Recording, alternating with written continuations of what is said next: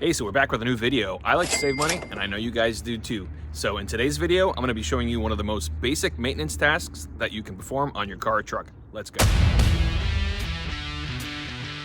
This maintenance task I'm talking about is changing out your car or truck's battery. Most lead acid batteries have a 3 to 5 year lifespan. If you have an AGM battery or absorbent glass mat, they tend to last until about 7 years. Some of the higher end batteries can last a little bit longer. The truck behind me here has an AGM battery. It's about 7 years old, and I'm starting to see some weird, quirky issues when I go to start my truck in the morning. So we're gonna talk about some of the symptoms that you're gonna experience if your car's battery is at the end of its lifespan. So number one, it's gonna be hard to start. It's gonna seem like it's really hard to turn the car over. Sounds like the starter's struggling. Normally that's indicative of a battery that's getting ready to go bad. Now I'll show you how to check to make sure that it's not your alternator and how to make sure that the alternator is charging your battery. One quick check that you can perform before you go to replace your battery, and this could save you some money, is your battery terminals. You want to make sure that they're not corroded. You want to make sure that they're clean. They don't have this green powdery stuff coming out of them, and that they're tight. A loose battery terminal will be a high resistance terminal, and that'll cause you some issues that will look similar to a battery going bad. Here's the battery in my truck. You can see the terminal is a little dirty on the top, but I don't have any of that green weird stuff coming out like you'll see on most batteries. And this one's even cleaner over here, and that's because it has this protective boot over it on the positive terminal. So that green stuff is basically just battery acid that is leaked out around the terminal post from the case of the battery and crystallized. Now you want to make sure that stuff's cleaned off. There's different ways to clean that. We won't get into it in this video, but you want to make sure all of your connections are really tight. You can't move the actual terminal itself. If it is loose, you want to make sure you tighten that up, and then maybe, try starting your car or truck again, seeing if the problem went away. Now, one of the first checks would be to grab a multimeter. Most multimeters nowadays are digital, and you can go ahead and put your negative and positive leads on the battery and check the voltage. Now, you want to see around 12 volts or more.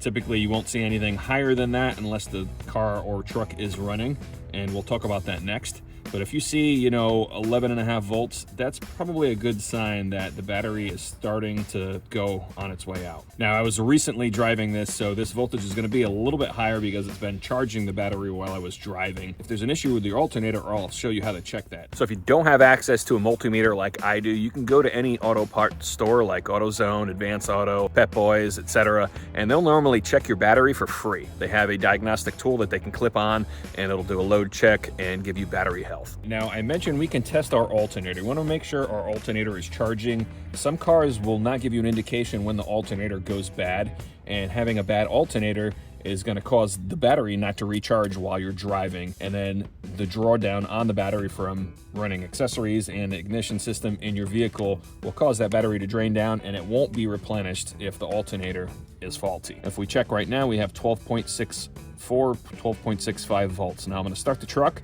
and we're going to take a measurement again. So now that the vehicle is running, we're going to take another voltage check, and we should expect to see anything from like 13 volts on up.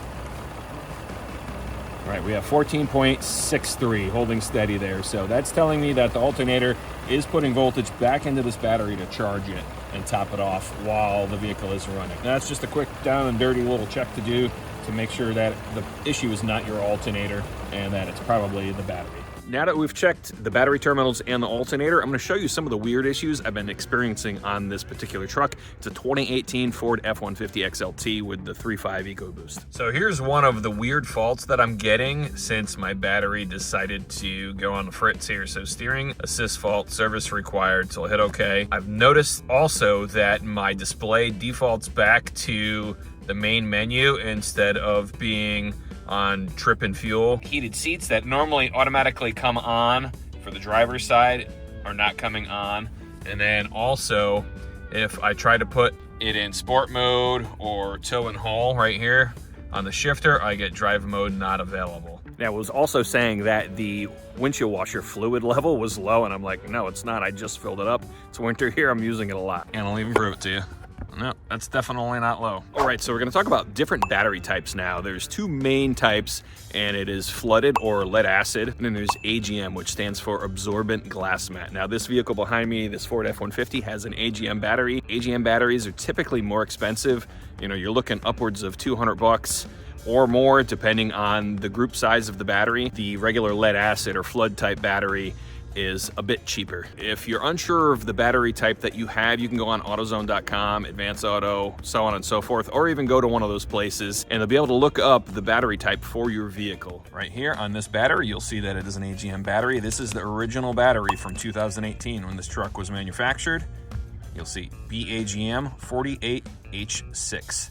760. The last numbers are cold cranking amps. It even says it here in this little text. And then 48H6. So this is a group 48H6 battery. So when you go to purchase a new battery, you want to make sure that you're either getting lead acid or AGM to match what you currently have. And you need to match the group size and cold cranking amps. Next, we're going to talk about how to remove the battery out of the vehicle. To remove the battery, we first need to remove the battery terminal connections. You'll see that nut here, and there's one over on the positive here. These are both 10 millimeter on my car. It's going to vary based on the make and model of your car. And then we also need to remove the battery hold down. Now those are different depending on the make and model of your car also. On the Ford F150s, we have this bolt here. So this is a bottom retained battery. There's a little wedge on the bottom that tightens down and holds the little lip on the bottom of the battery down to keep this thing from rocking around and moving in place while the vehicle's in motion. So the first step in removing the battery is to remove our battery connections. Now this is going to vary based on the make and model car that you have, but on the Ford F150s, it's a 10 millimeter socket or wrench. So we're going to loosen this nut up here. Sometimes you'll need a screwdriver to wedge in between the two halves of the terminal where it crimps down to lift that out of place. Most of the time, you can just kind of rock it back and forth and it'll come off just like that. And we're going to do the same thing on our positive terminal. And then we're just gonna rock that and pull that off. Now you'll notice that the battery terminals are extremely clean. Even underneath, there is some dielectric grease on there. That's one other thing that you can add to the new battery if you would like. So on the Ford F150, this is an 8 millimeter bolt, and we're just going to loosen this out. This battery also has like a sleeve on it, and I'm not sure if that's to like protect it from the engine heat or what, but this is what that wedge looks like, and this just simply sits and holds down the bottom edge of the battery. There's a little lip on the bottom of the battery. So now that our terminals are removed and our fastener or hold down is removed, we can take the battery out. Some batteries are super convenient like this one, and they have two handles on them. Just beware, this battery is probably about 50 or 60 pounds. So we're gonna lift that out. Here's our replacement battery. This was from Costco. This is an interstate battery. You notice the group size, H648, and it is an AGM battery, 760 cold cranking amps. One thing that you wanna be aware of is when you go to purchase a battery, if you don't have the old battery with you, they're gonna charge you something called a core charge. So what the core fee charge is normally $15 to $20, and if you bring your old battery with you, they won't even charge you that core fee. But if you just buy the battery, bring it back to your house, swap it out, they're gonna charge you $15 or $20 core fee. You just take your old battery, bring it back to where you purchased, and they'll refund you that money. Now looking at our old battery, you can see our negative terminals on the left, our positives on the right. And it's the same thing on the new one. So that's one quick thing you wanna double check before you go to install the new battery. So we're gonna put the new battery in place. Obviously you wanna make sure it's in the same orientation with the terminals facing the same side. Now one thing I almost forgot was this sleeve that was on the old battery. So I'm gonna put that back on. So if your battery did have a sleeve on it like that, make sure to put it back on. It's there for a reason. All right, and then we also need to remember to reinstall our battery hold down, and that's just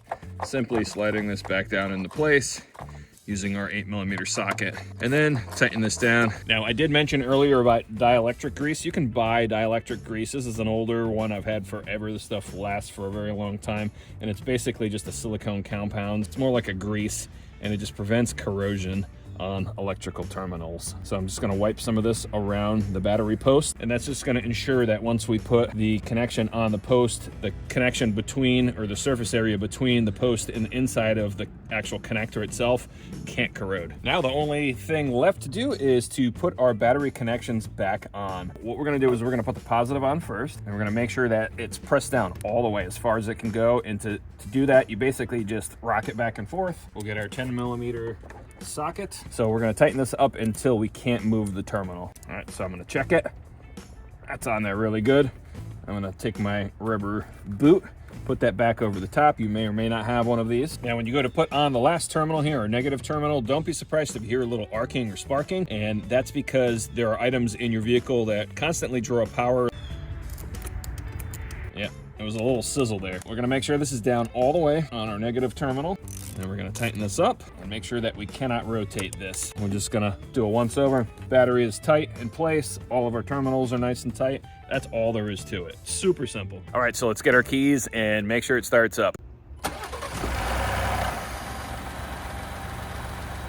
So it's that simple to replace your battery. There's really nothing to it. Why pay a dealership or an auto shop, you know, $100+ to do this for you? Go buy the battery. It's super easy to figure out which one you have. Thanks for watching, guys. Make sure to like and subscribe. I'm here to save you money. See you in the next video.